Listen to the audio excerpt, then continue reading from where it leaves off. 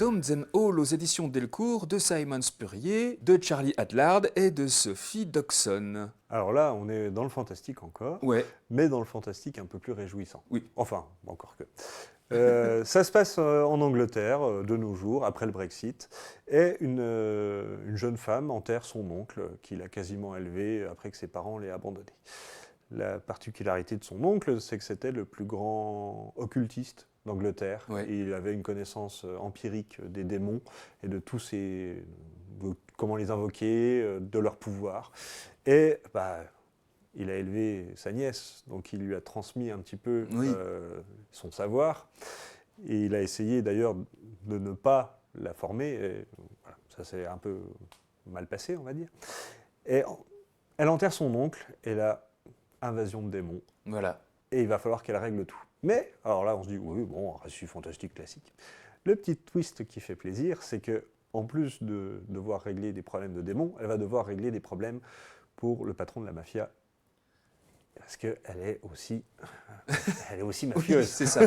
Donc il y a un côté très polar. Ouais. Polar british, avec une inventivité assez exceptionnelle pour trouver des insultes. Oui. Voilà, il faut le dire. Oui, c'est ça. C'est très, très drôle. ça. C'est très vulgaire, Oui. mais très drôle. En fait, c'est un petit peu Arnaque, crime et botanique Oui. ou Snatch de Guy Ritchie avec ces truands anglais très inventifs, très expressifs. Ouais. Mais mélangé avec un côté fantastique extrêmement construit. Un mélange entre détective et nécromancien. Voilà, c'est un peu Ouais. ça. Ça fait beaucoup penser à Hellblazer, avec les aventures de John Constantine, qui est aussi un détective de l'occulte anglais. Oui. Spurrier en a écrit d'ailleurs. Donc voilà, il y a vraiment une filiation entre les deux.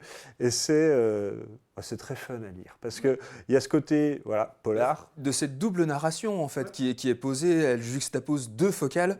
On suit son parcours à Ellie là, de nécromancienne froide comme le métal du marteau. Et puis il y a Alfie, son oncle, qui lui a tout appris en matière de magie noire et qui en est mort. Et donc il y a ce côté vraiment polar très présent, il y a ce côté fantastique qui est extrêmement construit parce que les démons ont chacun leur pouvoir et leurs inconvénients et c'est utilisé à bon escient dans le scénario. Enfin, c'est vraiment pas... C'est très malin comme construction. Et alors, en plus, là, Charlie Adlard, qu'on connaît pour Walking Dead, et ben là, quand il a le temps et qu'il n'est pas obligé de sortir 24 pages par mois pour Walking Dead, il chiade un peu plus son dessin, donc c'est déjà un peu très agréable à regarder. Il y a la mise en couleur qui participe grandement. De Sophie Doxon, voilà, qui est juste vraiment magnifique. très chouette. Ah ouais, vraiment très chouette. Et ça forme un récit... voilà, c'est de la pure BD populaire, du récit de genre, adulte, vulgaire, drôle, trash, violent. Ça se bouclera... Comme on aime. Voilà. Enfin, moi, j'ai trouvé que c'était vraiment rafraîchissant dans l'univers des comics. Ça se bouclera au tome 2 qui sort au mois de juillet. Donc comme ça n'aura pas le temps de s'éparpiller et de perdre du rythme ou le nerf ou quoi que ce soit. Et j'ai très hâte de lire la suite parce que c'est vraiment très bien fichu. On reste sur... ça finit, il fait... c'est ça, on reste sur un cliffhanger de fou furieux à la fin.